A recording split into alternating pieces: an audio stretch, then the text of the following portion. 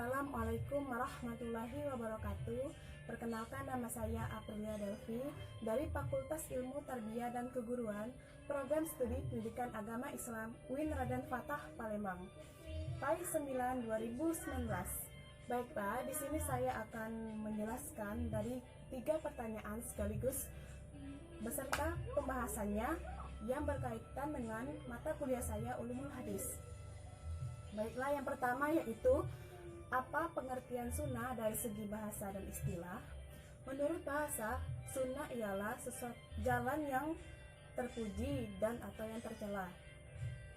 Menurut istilah, sunnah di kalangan ulama berbeda pendapat. Hal ini dikarenakan banyak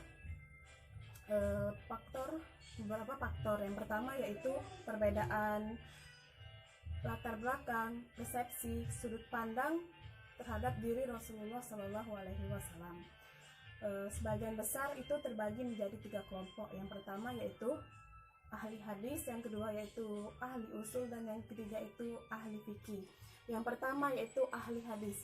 Ahli hadis mendefinisikan sunnah sebagai segala sesuatu yang bersumber dari Nabi Shallallahu Alaihi Wasallam, baik berupa perkataan, perbuatan, takrir, perangai, tingkah laku maupun jalan hidup Nabi dari sebelum diangkat menjadi Rasul maupun sesudahnya. Sedangkan ahli usul mendefinisikan sunnah sebagai segala sesuatu yang disandarkan kepada Nabi Shallallahu Alaihi Wasallam dengan berdasarkan hukum syara, baik berupa perkataan, perbuatan maupun takrir. Dan yang ketiga yaitu menurut ahli fikih, sunnah ialah segala ketetapan Nabi Shallallahu Alaihi Wasallam, baik yang selain yang diwajibkan dan difardukan, selain yang difardukan dan diwajibkan, dan juga termasuk di dalam hukum taklifi yang kelima. Nah, dari ketiga pernyataan tersebut dapat kita simpulkan bahwa sunnah ialah segala sesuatu yang bersumber dari Nabi, baik berupa perkataan, perbuatan maupun ketetapan.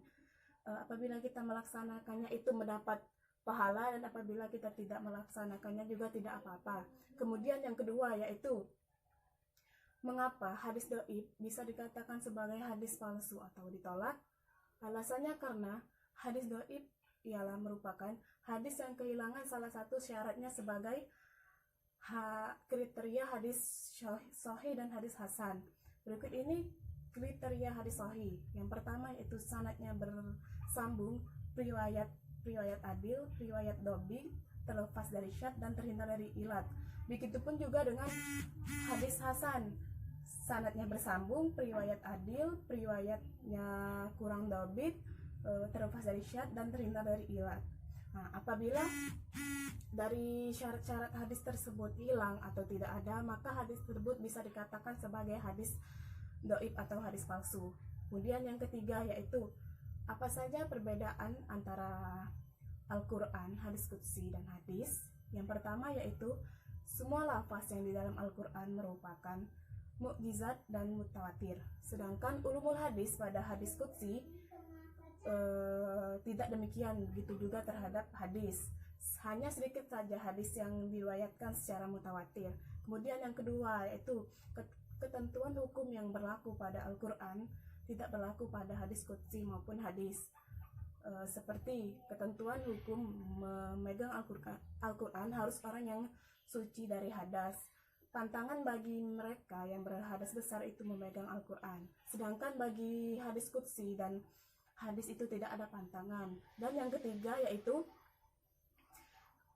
setiap lafaz Al-Quran yang kita baca itu akan mendapatkan pahala 10 kebaikan. Dan yang keempat itu meriwayatkan Al-Quran tidak boleh dengan hanya meriwayatkan maknanya saja atau mengganti lafaznya dengan lafaz sinonim. Hal ini berbeda dengan hadis qudsi maupun hadis.